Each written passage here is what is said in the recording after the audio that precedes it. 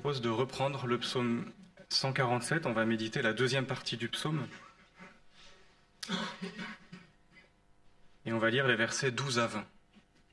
Psaume 147, verset 12.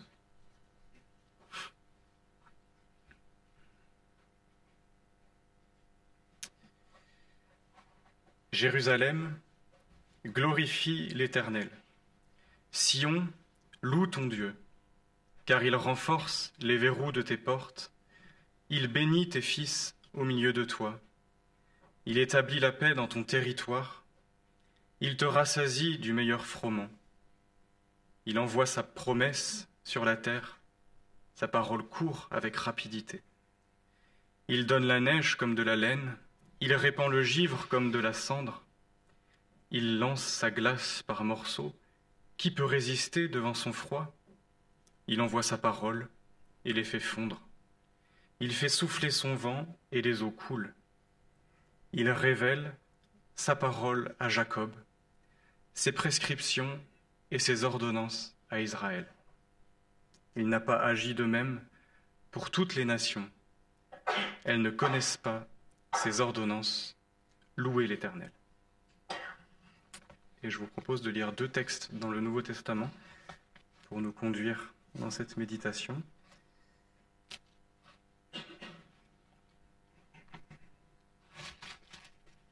Peut-être d'abord dans l'Épître aux Hébreux, le prologue de l'Épître aux Hébreux, donc au chapitre 1 et au verset 1. Hébreux, chapitre 1, verset 1. Après avoir autrefois, à plusieurs reprises et de plusieurs manières, parlé à nos pères par les prophètes, Dieu nous a parlé par le Fils en ces jours qui sont les derniers. Il l'a établi héritier de toutes choses, et c'est par lui qu'il a fait les mondes. Le Fils, qui est le rayonnement de sa gloire et l'expression de son être, soutient toutes choses par sa parole puissante. Après avoir accompli la purification des péchés, il s'est assis à la droite de la majesté divine dans les lieux très hauts, devenu d'autant supérieur aux anges qu'il a hérité d'un nom bien différent du leur. Et un autre passage dans la première épître de Pierre, au chapitre 1 et au verset 22. 1 Pierre, au chapitre 1 et au verset 22.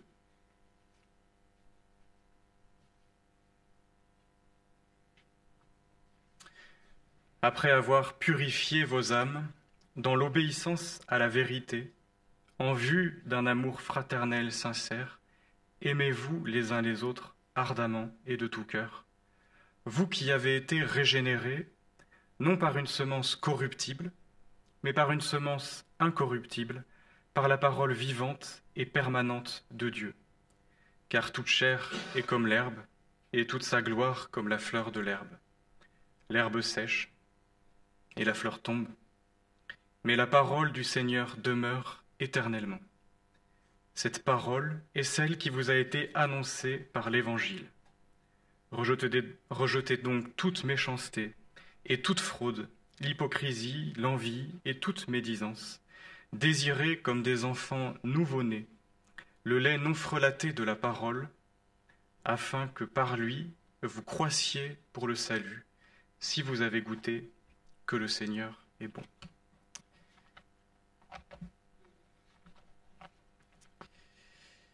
Hier, François s'est arrêté dans la première partie de ce psaume sur ce qu'il a appelé le grand écart de Dieu, cette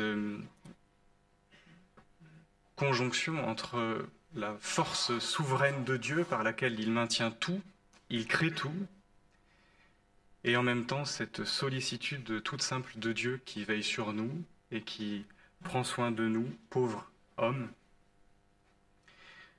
La deuxième partie du psaume, il me semble, nous engage sur le même terrain en apportant peut-être une précision sur le moyen employé par Dieu pour à la fois régir sa création et prendre soin de nous, ces hommes, de nous faire croître en vue du salut. ce moyen employé par Dieu pour créer, pour maintenir la création et pour veiller sur nous, ce moyen, c'est sa parole. Vous connaissez ce psaume, le psaume 33, il dit et la chose arrive, il ordonne et elle existe. Et voilà quelle est la parole de Dieu et toute sa puissance et son efficacité. Dieu dit et la chose est. C'est ainsi que ce même psaume nous indique que le monde a été fait par la parole de Dieu, que tout a été créé par le souffle de Dieu.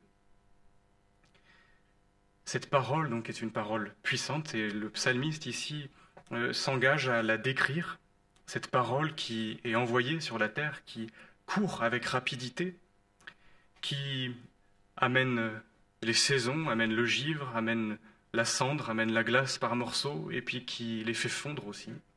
Donc une parole d'une puissance considérable, parole créatrice, parole ordonnante, parole qui maintient tout. Et le psalmiste parle de tout ça pour nous dire, mais cette parole, il la révèle à Jacob. C'est-à-dire ce qui conduit le psalmiste à adorer Dieu et qui doit nous conduire ce matin, je pense, dans la louange et dans la reconnaissance, c'est que cette parole puissante, cette parole efficace, n'est pas restée une force ordonnante, impersonnelle, abstraite, mais il nous la révèle. Il n'y a pas deux paroles, il n'y a pas la parole créatrice de Dieu et puis après ce que Dieu va nous dire à côté et ses ordonnances. Il n'y a qu'une parole ordonnante, celle de Dieu, qui est parole créatrice. La même parole avec laquelle il fait fondre la glace et la même parole avec laquelle il va briser nos cœurs, nos carapaces et nous parler et agir dans nos vies. Dieu agit par sa parole. Et la parole qu'il nous donne, et c'est ce qui conduit le psalmiste dans l'adoration, il dit, mais cette même parole qui ordonne tout, qui a tout créé, cette parole-là, il nous la donne. Dans l'Ancien Testament, il y a aussi ce texte, les choses révélées sont à nous et à nos enfants, à perpétuité. Et c'est là bien cette déclaration inouïe, Dieu nous donne sa parole, elle est pour nous. Il ne permet pas qu'elle reste pour nous quelque chose d'abstrait et d'extérieur, il nous la révèle personnellement, il nous la donne à nous. Et c'est cette même parole, il n'y a pas deux paroles, c'est cette même parole créatrice qu'il nous donne. Elle est pour nous.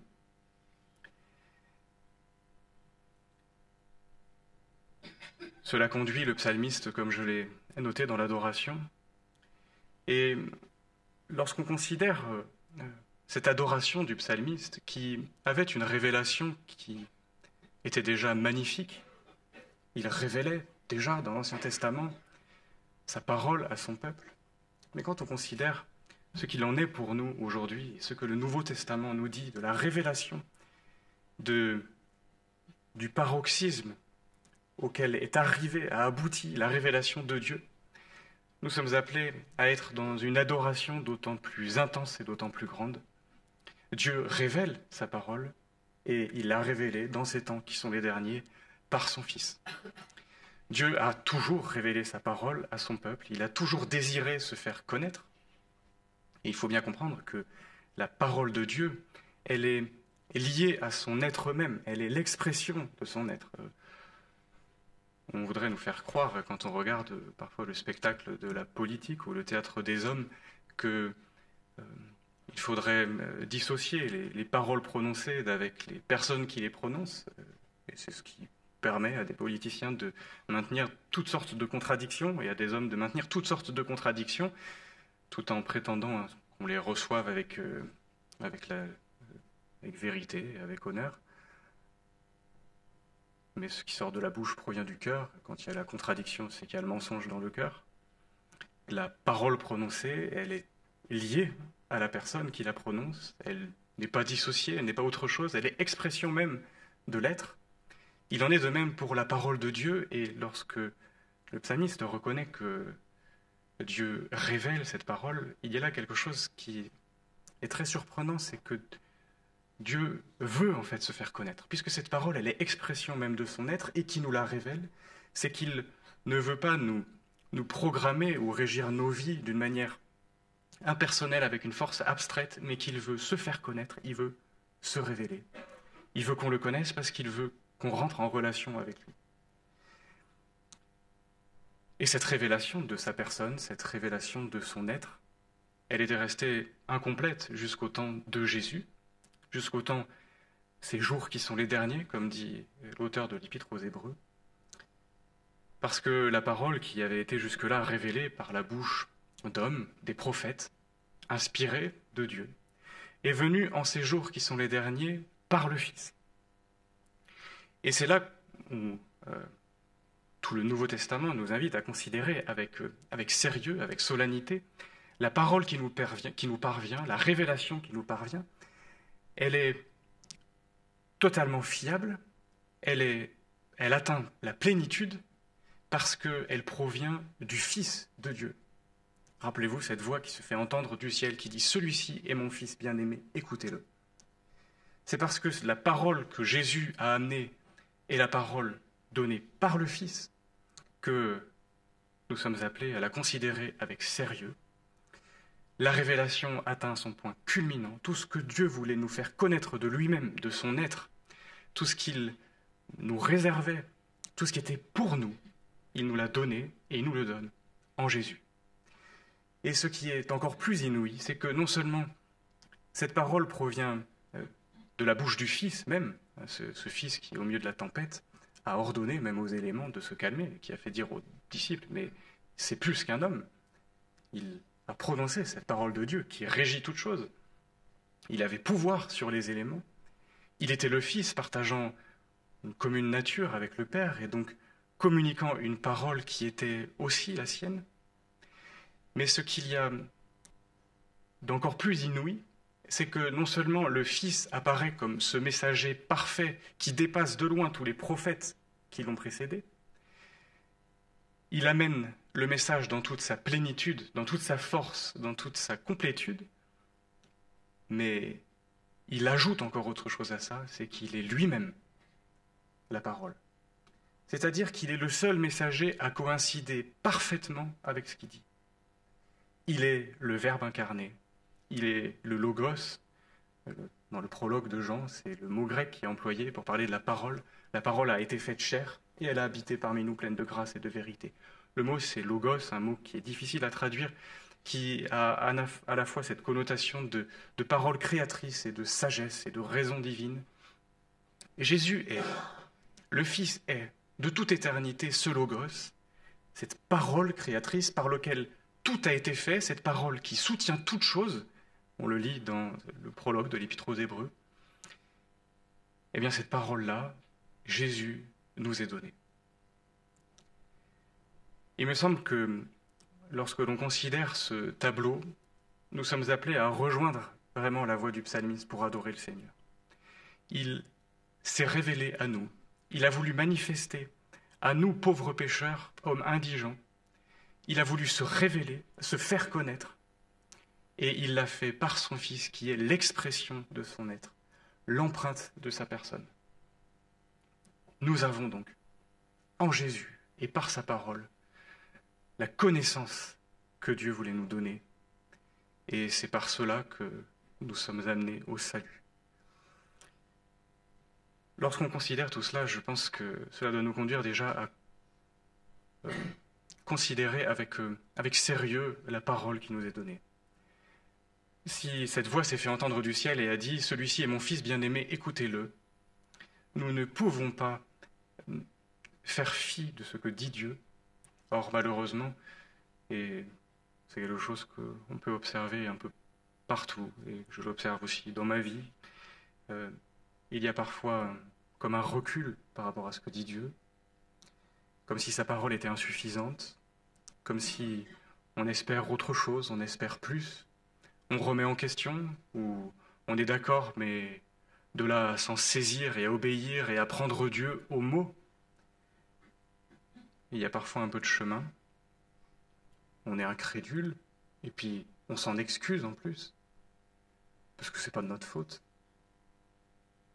On fait de l'incrédulité un malheur qui tombe sur nous et qui doit attirer la pitié, mais l'incrédulité, c'est pas un malheur qui doit attirer la pitié, c'est un péché. L'apôtre Jean, dans son épître, dit « Celui qui ne croit pas Dieu le fait menteur ». Donc être incrédule, Ne pas se saisir de la parole avec foi, ne pas la croire, ne pas en vivre, c'est dire à Dieu qu'il est menteur. C'est pas juste avoir du mal à comprendre, avoir du mal à s'en saisir. C'est offenser le Seigneur qui est venu jusqu'à nous, la parole a été faite chair.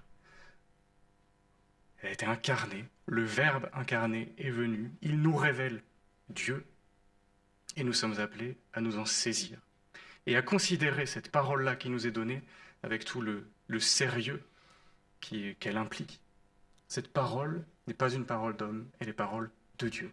Elle est parole efficace, parole qui amène à la vie, parole qui crée, parole qui maintient.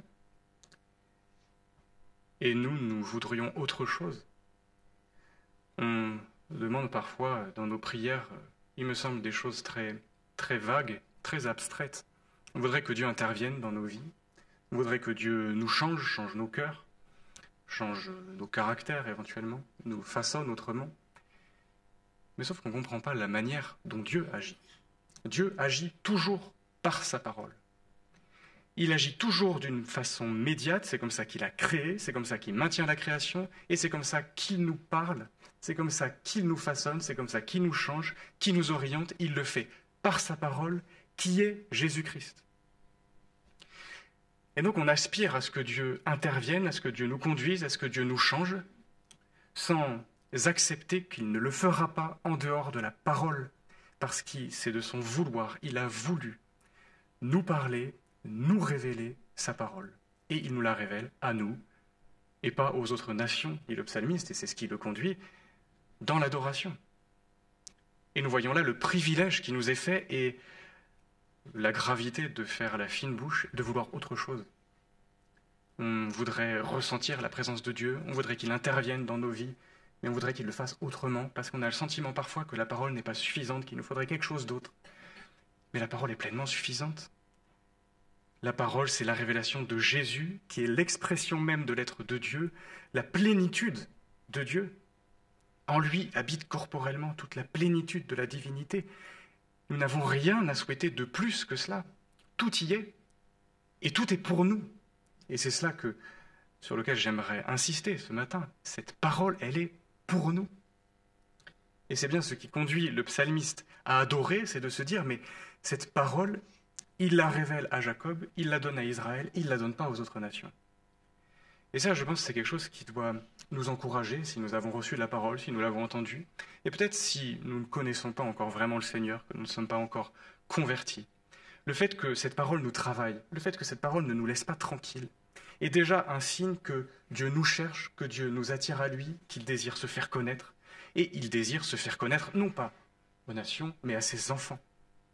Le fait qu'il travaille nos cœurs, le fait qu'il nous parle, est un signe de son amour et du salut qu'il veut nous communiquer. Dieu fait tout cela par sa parole. Et c'est donc cette parole-là que nous sommes appelés à saisir avec force, avec conviction, en refusant de chercher autre chose, parce que Dieu ne nous donnera pas autre chose, puisque tout y est. Et quand Paul dit « nous avons tout pleinement en lui », c'est pas une idée vague, Paul n'est pas en train de s'emballer, il dit la vérité, nous avons tout pleinement en lui. Pourquoi aller chercher ailleurs? Et pourquoi surtout demander à Dieu d'agir autrement que par le moyen ordinaire par lequel il agit, c'est-à-dire par sa parole? Et donc nous, on voudrait changer, mais sans nous saisir de la parole, sans accepter la parole avec toute son autorité, sans accepter les constats de la parole, et sans nous saisir aussi des bienfaits qui sont contenus dans la parole, parce que cette parole-là, elle nous amène à la vie, parce qu'elle nous communique Jésus-Christ, parce qu'elle agit par le Saint-Esprit dans nos cœurs. Elle est une parole vivante et permanente. Et c'est ce texte que nous avons lu dans l'épître de Pierre. Il dit « régénérer par la parole ». On ne va pas changer, grandir dans le salut, puisqu'il est question de croître dans le salut, en dehors de cette action de la parole. C'est la parole qui nous régénère. C'est la révélation de Jésus-Christ qui nous change, qui nous régénère, qui nous conduit. Et notre part est de nous en saisir et de ne pas chercher ailleurs. Le Seigneur répond à notre prière, mais parfois on ne comprend pas qu'il répond par sa parole. Et alors on s'étonne, on s'interroge, on se dit Dieu n'agit pas, Dieu répond pas à ma prière, Dieu n'intervient pas dans ma vie alors qu'il le fait, alors que sa parole nous est donnée, elle est pour nous, que ce que nous sommes est décrit dans la parole, mais que nous refusons le constat, que le remède est décrit dans la parole, mais que nous refusons de nous en saisir avec foi. Et c'est ce verset qui a été lu le premier soir du camp, dans Ésaïe 55. Je vais juste le lire. « Tendez l'oreille et venez à moi, écoutez et votre âme vivra. » Notre part à nous est de nous saisir de cette parole qui n'est pas une parole en l'air, qui est cette parole efficace, vivante, permanente, cette parole qui souffle sur la glace et la fait fondre, cette parole qui aussi dans nos vies peut triompher des résistances les plus grandes. Croyons en l'efficacité de la parole. Tendons l'oreille, saisissons-nous-en, écoutons-la et notre âme vivra. C'est une promesse de Dieu. Et il dit cela, il envoie sa promesse sur la terre et sa parole court avec rapidité. Ça, c'est l'efficacité de la parole qui atteint son but et qui agit dans nos cœurs, qui agit dans nos vies. Le Seigneur va le faire. Le Seigneur continuera à le faire. Il ne le fera pas en dehors de sa parole, puisqu'il fait tout au travers de la parole, qui est la médiation de tout. C'est par la parole que nous sommes amenés au salut. C'est par la parole que nous grandissons dans le salut. C'est par la parole que nous sommes guidés. C'est par la parole que nous sommes protégés. C'est par la parole que nous vivons. Parce que cette parole, elle est vivante. Cette parole, c'est le Logos. C'est Jésus. Cette parole, elle est venue en chair. Et nous savons, et nous avons vu hier le passage de Gethsémanée, l'aube de la croix, mais Jésus est ressuscité. Et il est au ciel. Il est vivant. Et c'est pour ça qu'aujourd'hui, cette parole qui nous est appliquée, qui nous est communiquée, est une parole vivante, qui nous amène à Christ, qui est vivant, et qui nous révèle la plénitude de Dieu. Que le Seigneur nous fasse grâce pour que nous puissions nous en saisir. Je vous invite à prier.